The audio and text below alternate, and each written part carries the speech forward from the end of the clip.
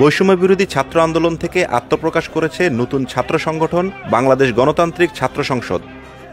আজ বুধবার বিকেলে ঢাকা বিশ্ববিদ্যালয়ের মধুর ক্যান্টিনের সামনে এক সংবাদ সম্মেলনে নতুন ছাত্র সংগঠনের নাম ও কমিটি ঘোষণা করা হয়। কমিটির আহ্বায়ক করা হয়েছে আবু বাকের মজুমদারকে। সিনিয়র যুগ্ম আহ্বায়ক করা হয়েছে জাহাঙ্গীরনগর বিশ্ববিদ্যালয়ের শিক্ষার্থী তৌহিদ সিয়ামকে। কেন্দ্রীয় কমিটিতে সদস্য সচিব হিসাবে আছেন জাহিদ হাসান, সিনিয়র সদস্য সচিব রিফাত রশিদ, মুখ্য সংগঠক তাহমিদ আল মুদ্দাসির চৌধুরী, মুখপাত্র আশরেফা খাতুন।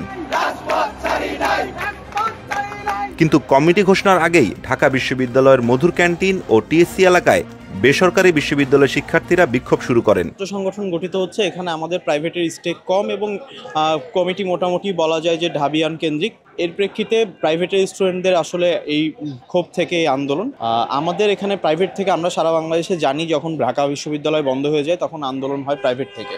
তো প্রাইভেটের নেতৃত্বে যে আন্দোলন আসলে ওই জায়গায় যায়, সেইখানে আপনার নতুন সংগঠন, ওই বিপ্লবের রক্তের উপর দিয়ে যে আপনি যে নতুন সংগঠন তৈরি করবেন, সেই সংগঠনে আপনি যখন আসল বিপ্লবী যারা প্রাইভেটের এত বড় স্টেক যাদের, তাদেরকে আপনি যখন রাখবেন না, তখন আসলে এইরকম প্রতিক্রিয়া আসবাটা স্বাভাবিক। তারা কিছু মানুষ আলোচনা করে কাউকে পদবি দিতে পারবে না, সেটা আহ্বায়ক হোক, মুখ্য সংগঠক হোক, মুখপাত্র হোক অথবা সদস্য সচিব হোক।